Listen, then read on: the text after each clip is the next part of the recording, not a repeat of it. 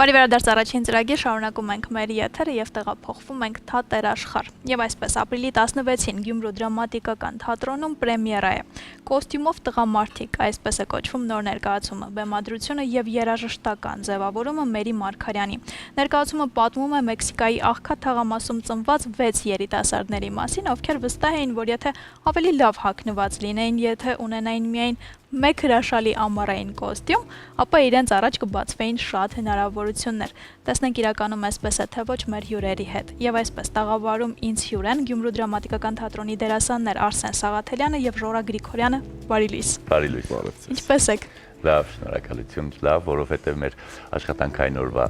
առավոտը սկսվում է ձեր տաղավարում եւ ձեր հաղորդման հյուր լինելով։ Ես շատ ուրախ եմ, որ այս համարյա ձմեռային առավոտը Գյումրուց հասել եք այստեղ եւ նույնիսկ չեք ուշացել, ինչու մենք առավոտյան մի քիչ այսպես մտահոգվում ենք, բայց վերադառնալով ներկայացմանը, ես կուզեմ մի քիչ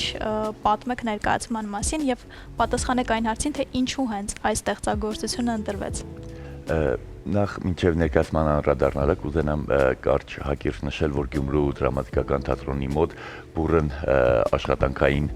էտապ է, աշխատանքային շրջան է, դեռ թատերաշրջանի սկզբից մենք այս տարի Գյումրու դրամատիկական թատրոնը նշում է իր գործունեության 160-ամյակը, բնականաբար այդ շրջանակներում արդեն ունեցել ենք երկու պրեմիերա,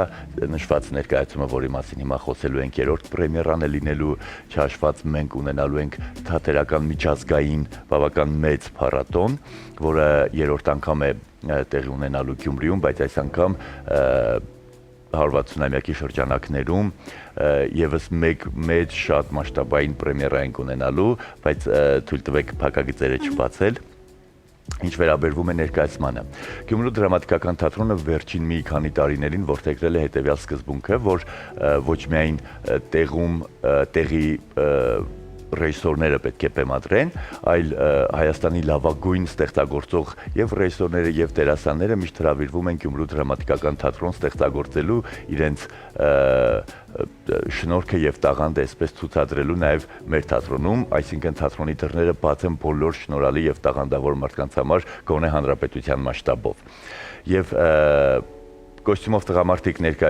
ներկայացումը բացառություն չէ, բեմադրել է Մերի Մարգարյանը, որը հրավիրված ռեժիսոր է եւ հրավիրվել է մայրաքաղաքից,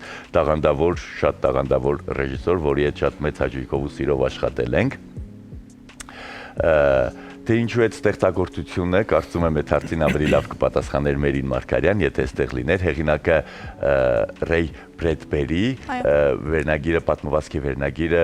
վանիլային պաղպաղակի գույն ունեցող հրաշալի կոստյումը։ Ստեղծագործության հիման վրա Գյումրու դրամատիկական թատրոնում ծնվել է Կոստյումով տղամարդիկ ներկայացումը։ Հրաշալի շատ սիրուն ներկայացում է ստացվել, շատ ճաշակով, շատ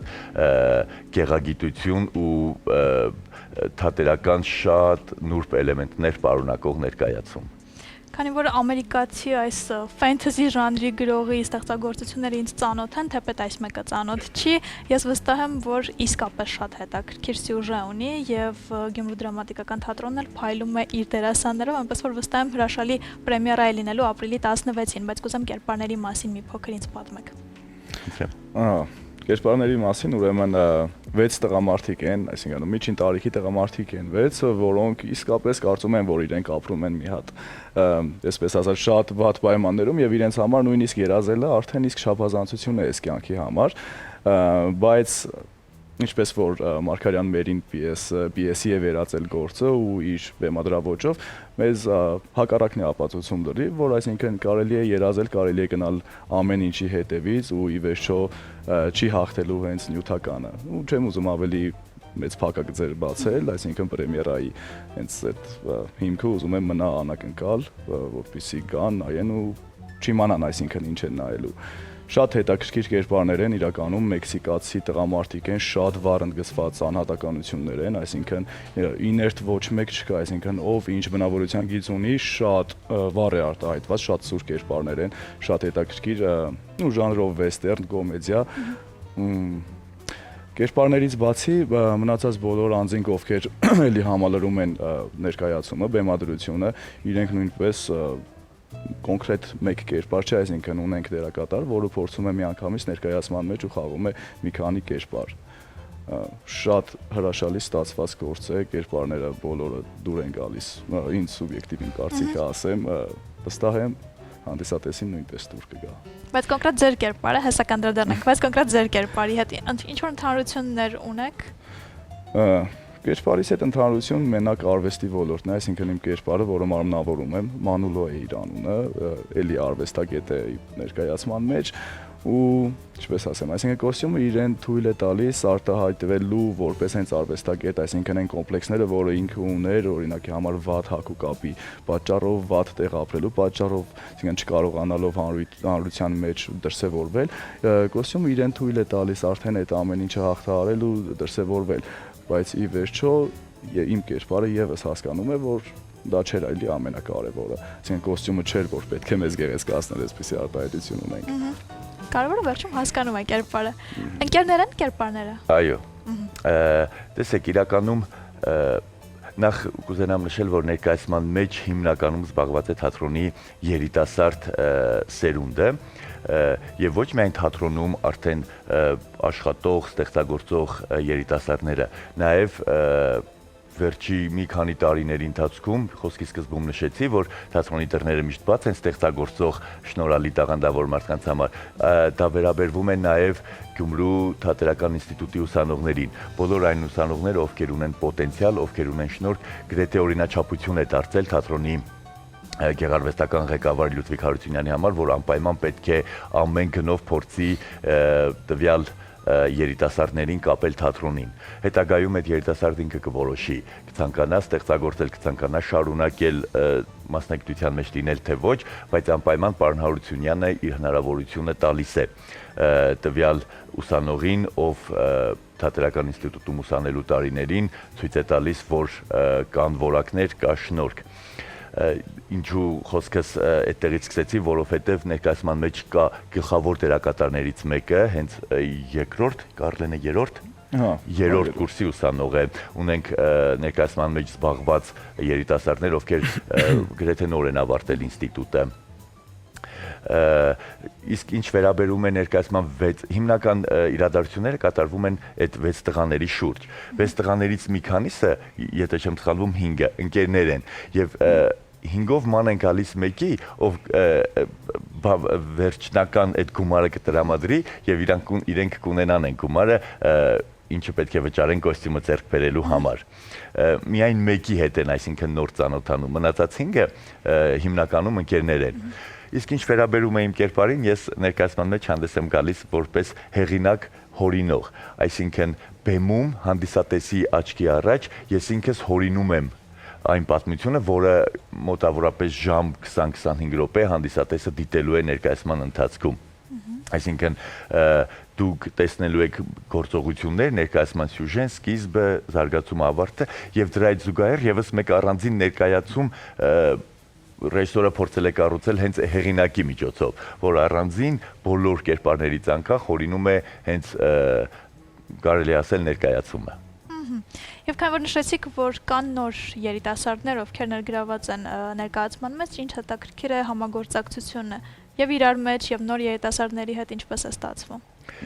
Դա շատ կարևոր իմ կարծիքով ոչ միայն թատրոնում, ոչ միայն թատերական արվեստում առհասարակ շատ կարևոր երևույթ է, որպես խոսքը սերնդափոխության մասին չէ բացարձակապես, բնականաբար շատ ոչ տրամաբանական է խոսել թատրոնում սերնդափոխության մասին։ Դա այդ ոլորտը չէ, որովհետև բնականաբար թատրոնում բոլոր տարիքային խմբերը միշտ պետք է լինեն, առավել եւս երիտասարդների համար պատիվ է եւ ցանկալի է եւ կարեւոր է, որպեսզի ստեղծագործեն ավագ սերնդի ներկայացուցիչների կողմից, որոնցից պետք է սովորեն, որոնցից պետք է վերցնեն, որոնցից պետք է քաղեն։ Առանց ավագ սերնդի թատրոնի երիտասարդությունը առհասարակ ոչ միայն մեր թատրոնի, չեմ կարծում նման աչք կգրանցեր ու նման լուրջ հաջողություններ ու որակական ձեռքբերումներ կունենար։ Ինչ վերաբերում է ընդհանուր համագործակցություն, այսինքն ես մոտավորապես 2013 թվականից աշխատում եմ Գյումրու դրամատիկական թատրոնում, ինչ վերաբերմունք, որ ես տեսել եմ մեր ավագ սերնդից, մարդիկ, ովքեր Հայաստանի Հանրապետության ժողովրդական արտիստներ են, վաստակավոր արտիստներ են, ինչպես որ նրանք են մեզ ընդունել, ես բարերով դա չեմ կարող նկարագրել, դա ուղղակի ինձ համար աշխարհի լավագույն թատրոնն է, որտեղ արվեստագետը կուզենար ստեղծագործել։ Ամենահարմար թատրոնն է երիտասարդ դերասանի համար ստեղծագործելու, որովհետև նրան բոլոր հնարավորությունները կտրվի, նրան բոլորը կօգնեն, նրան բոլորը կաջակցեն։ Բնականաբար նույն կերպ այսօր մենք ենք փորձում ընդունել մեր ավելի երիտասարդ ընկերներին, ովքեր նոր են մուտք գործել թատրոն, նոր են սկսում ստեղծագործել ինչ-որ փոքրիկ դերերով, մեծ հաշվով դերի ծավալը կապ չունի, կարևորը նրանք լինեն թատրոնում, մենք էլ հնարավորինս ոգևորենք, հնարավորինս փորձենք խորհուրդ տալ, նրանք մեզանից սովորեն, մենք նրանցից ինչու՞ չէ սովորենք։ Ես շնորհավորում եմ